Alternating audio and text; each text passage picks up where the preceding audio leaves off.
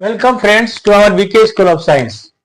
Here we are doing a question in which it is to find the radius of semicircle inscribed in a triangle with sides 3 cm, 4 cm and 5 cm. Same question को 2 दिन पहले दूसरे method से हमने बताया था। इस question में अंतर यह है कि ये जो आपको फिगर दिया हुआ है, ये क्वेश्चन, इसका जो हाइपोटेन्यूज है यहाँ पे एक डॉट दिया हुआ, यानी कि बता रहा है कि ये जो ट्रायंगल है इसकी जो ये साइड है उस पर आपका सेंटर है। ये डिफरेंस ये है, उस क्वेश्चन का जो वे ऑफ आंसरिंग था अलग था, इस क्वेश्चन को एकदम इजीएस्ट वे में दूसरे तरह से हम बनाने की कोशिश करते हैं। यानी कि ये आपका, और ये क्वेश्चन में आपको दिया हुआ भी नहीं है कि ये राइट एंगल ट्रायंगल है ना।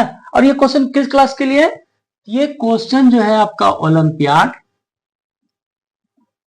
और क्लास 9th 10th, ऐसे इसमें जो कंसेप्ट है वो क्लास 8 में भी है, लेकिन क्लास आप 9th का आधी कंसेप्ट 8 में भी है, बाकी क्लास 9th और 10th के लिए और ओलंपियाड के लिए। ठीक, क्या बोल रहा है? एक ट्रायंगल है,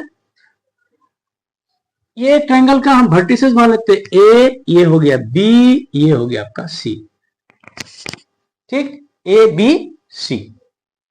तो अभी हमें इसका रेडियस निकालना है सेमी सर्कल का। ये देखो, आपको मालूम है सर्कल का रेडियस क्या होता है? पाई आर स्क्वायर, और सेमी सर्कल का पाई आर स्क्वायर डिवाइडेड बाय 2। यानी कि हमको क्या, मुझे क्या मालूम करना है? रेडियस मालूम करना है।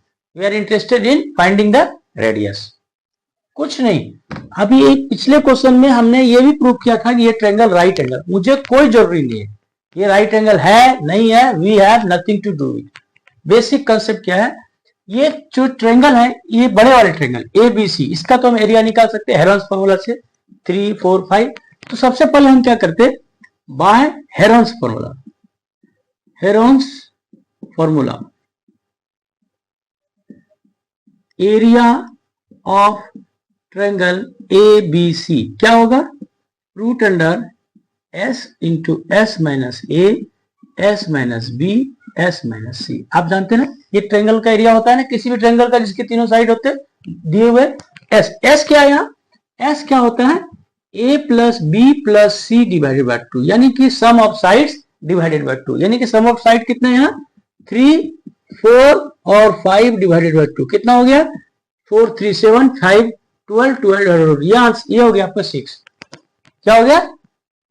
एस क्या हो गया? 6। तो अब इसको एरिया निकाल लेते हैं हम, ये ऐसा करके ब्रैकेट निकालते हैं। निकालो एरिया, एस 6, एस माइनस ए, किसी को ए मानो, मान लो तो ये है ए, इसको बोलो ए, ये बी तो ये बी, ये सी तो ये सी। एक कन्वेंशन है ना कि जो वर्टेक्स है उसके अपोजिट्स वाले साइड को उसका स्मॉल बता दें, यानी कि ये वर्टेक्स ए है, इसके सामने वाला साइड को क्या बोलेंगे? स्मॉल ए। ये बी वर्टेक्स है, इसको स्मॉल बी, सी को स्मॉल सी। ठीक ना, यानी कि यहाँ पर दिया हुआ ए इक्वल टू इतना। ठीक ना, तो 6 इंटू ए हो गया 4, 6 इंटू बी, बी हो गया 5, 6 इंटू सी, 6 माइनस 3, ये हुआ ना। करो इसको सोल्व, क्या हो गया? 6 इंटू 6 में से 4 गया 2, 6 में से 5 गया 1, और 6 में से 3 गया 3, कितना हो गया? 3 2 6, यानी कि 6 दूनी 12, 36, यानी कि 36 का स्क्वायर हो गया 6 मीटर स्क्वायर। एरिया निकाल लिया हमने। क्या निकाल लिया? बड़े वाले ट्रायंगल का एरिया निकाल दिया। यहां तक तो ठीक है। अब हमको एक बेसिक कंसेप्ट ऑफ सर्कल, क्योंकि ये जो आपका है सेमी सर्कल, ये तो कोई एक सर्कल का पार्ट होगा ना। इसको थोड़ा सुंदर से बनाएंगे तो ऐसा ऐसा किसी सर्कल का पार्ट होगा ना। ये मान लेते हैं ऐसा हो, फिगर अच्छे से नहीं बना, किसी सर्कल का पार्ट होगा, यानी कि ये क्या होगा? सर्कल की जो प्रॉपर्टी है वही प्रॉपर्टी सेमी सर्कल के लिए भी लागू होगी।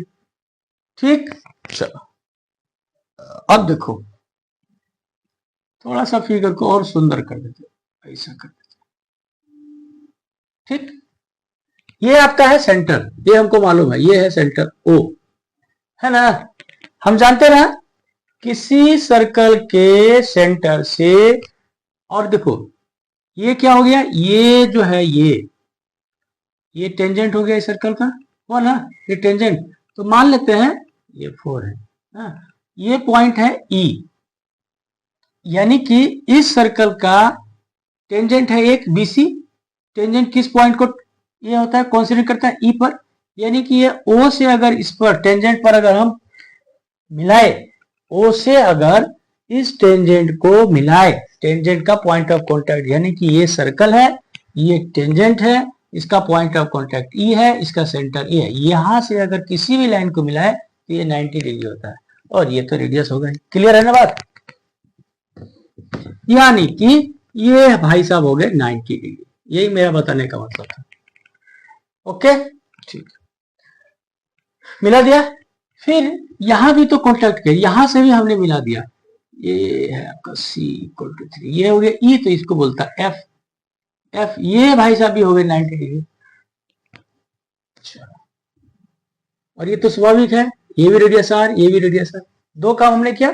तीसरा काम क्या करता है, इस वर्टेक्स से भी हम इसको मिला दिया कुछ, यानी कि ये टेंजेंट दोनों टेंजेंट के।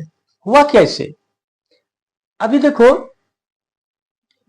एरिया ऑफ ट्रायंगल ABC, यानी कि बड़ा वाला ट्रायंगल का एरिया इक्वल टू क्या होगा? अभी हम क्या करते हैं, ये ट्रायंगल लिए, या ये O, ये वाले, ये ट्रायंगल का एरिया, यानी कि ये O हो गया, यहाँ O, ये C, ये E, ये O, ये A, ये है ना, ये हो गया ट्रायंगल। इस मतलब इस पूरे ट्रायंगल को दो भाग में बांट दिया। एक भाग बांटा ऐसा, और दूसरे भाग को बांटूंगा मैं, यही दोनों के जोड़ के बराबर होगा ना ट्रायंगल का एरिया। तो ये ट्रायंगल का एरिया, यानी कि area of triangle OBC plus area of triangle OAB। कुछ हर्ज है? कुछ हर्ज है। यानी कि ये पूरे बड़े ट्रायंगल के एरिया इक्वल टू ये ऐसा करने वाला है, ये, और दूसरा ऐसा, ये दोनों एरिया के ट्रायंगल के एरिया अगर होगा ना, सिंपल। अब एरिया ऑफ ट्रायंगल तो हमने निकाल दिया, 6 निकाला ना, 6। एरिया ऑफ ट्रायंगल OBC क्या होगा? ये देखो OBC ये 90 डिग्री है, तो क्या होता है 1/2 इंटू बेस। बेस कौन सा है? ये आपका हो गया बेस, BC लिख देता है उसको, BC। हाइट कौन सा हो गया? OE। ये ट्रायंगल का हो गया। अब ये ट्रायंगल का भी देख लो, ये ट्रायंगल ये भाई साहब ऐसे हो गया, ये हो गया ऐसा, ये हो गया O, ये F, ये हो गया A, ये हो गया B, है ना, ये भी हो गया 90 डिग्री। ये ट्रायंगल के एरिया क्या होगा? 1/2 इंटू बेस। बेस क्या हो गया? ये हो गया AB इंटू हाइट कौन सी होगी? यही होगी हाइट R, रेडियस। कुछ है इसमें? कर सकते कि नहीं? इस बड़े ट्रायंगल को दो अलग अलग भाग में बांट दिया, दोनों को जोड़ दिया, simple.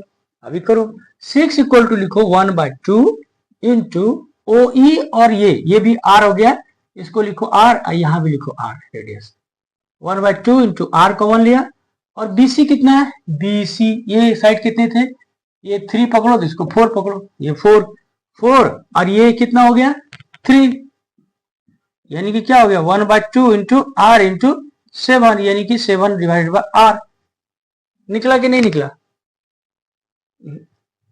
Sorry, 1/2 into R into 7, यानी कि 7R डिवाइडेड बाय 2, है कि नहीं? निकला कि नहीं? ये दोनों को, ये देखो R, ये रेडियस R दिया हुआ है, R तो हमने बाहर कर लिया इतना, और ये 4, ये 3, ये इसको 3 पकड़ो, तो ये 3 + 4 7, 7R डिवाइडेड बाय 2, तो 6 equal to 7R divided by 2। तो R कितना हो गया? R कितना हो गया? 7R, 7 divided by, sorry R कितना हुआ? क्या कितना निकला?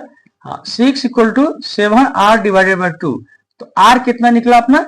6 दूनी 12, अब बटा 7, यानी कि 12/7 यूनिट। यूनिट है सेंटीमीटर है क्या? सेंटीमीटर। यानी कि ये जो सेमी सर्कल है, इसका रेडियस हमने निकाल लिया ना, सिंपल। यही करना था अपने को। जब रेडियस ही निकाल लिया, तो अभी फिर एरिया निकालने में कौन बड़ी बात है। यहां लिखते हैं हम एरिया ऑफ सेमी सर्कल, क्या हो गया?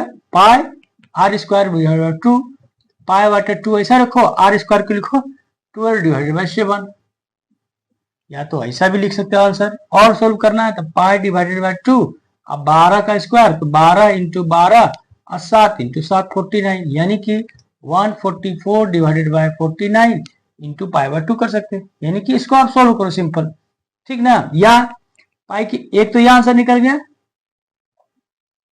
है ना, ये निकल गया, और दूसरा पाई की वैल्यू लिखो 3.14 डिवाइडेड बाय 2 इंटू रेडियस जो है 12 बात है 7, इसको स्क्वायर करो, ये भी आंसर करो।